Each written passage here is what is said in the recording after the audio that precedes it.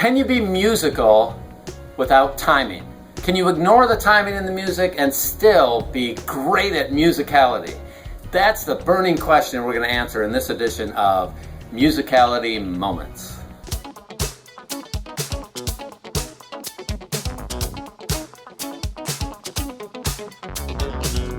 Welcome to this edition of Musicality Moments, where we're answering questions that people send me every single day. And one of the big questions that comes up is, can I have musicality if my timing isn't strong?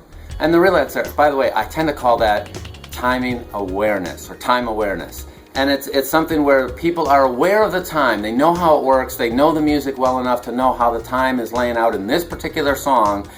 And they respect that with the way they dance. And one of the things that needs to be clear is that timing is foundational in terms of musicality. Once we take that away, musicality definitely goes away. But it is not the only element of musicality, because even if I have perfect timing, hey, I can be a metronome, that doesn't make me musical.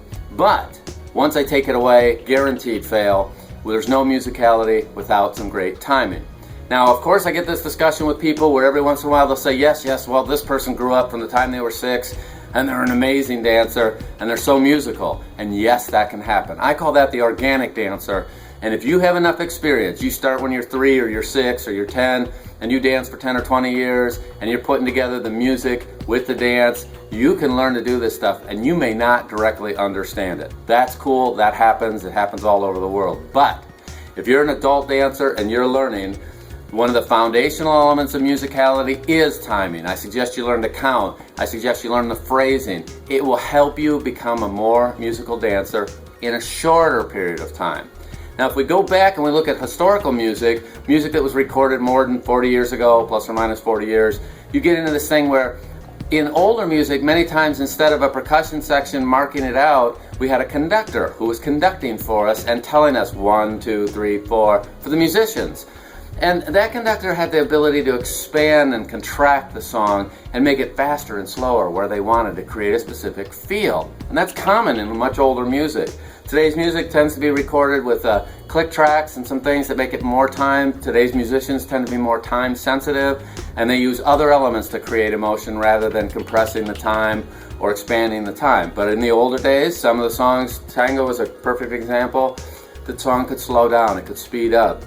And when that happens, as a musical dancer, we are going to follow that cue and we're going to slow down. We're going to speed up our dancing. We are going to reflect what those musicians did in our dance. But if we're with a tune that has precise timing, what that does is gives us a different opportunity. We can choose to be ahead of the time. We can choose to be behind the time. And that's where this timing awareness comes in. You do need to be aware. You have the ability to move in front of the time, behind the time. You have the ability to express yourself in 100 different ways. But the one thing that you do need to have is timing awareness. And without it, there is no musicality. Now, if you disagree with me, send me a comment on YouTube. Send me something on my Facebook page. If you agree, great, put a comment in there too. But I guarantee you, the more you study this, the more you take time to discuss it and understand it, that timing is foundational for musicality. It is not the only element, but it's a place that we all want to get to. So learn to count, learn how the phrasing works, study some music, and then of course, ask if you have a question. If I wasn't clear on something, I know that, well, if you have a question, there's at least 1,000, probably 10,000 others that have the same question that you do. So go ahead and subscribe to this series.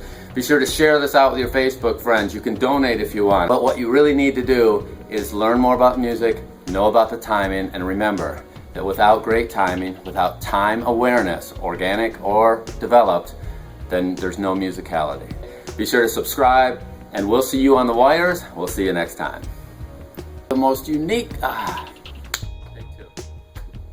And I'm gonna start that all over again, because that's, okay. 3 for 2. Quite so much as timing, but more timing awareness, or TA. Not to be confused with TNA, but TA, timing. If you're an adult learner, you want time awareness and you want an accelerated approach. I mean, you and I, do we want to take 20, 30 years to get great at this?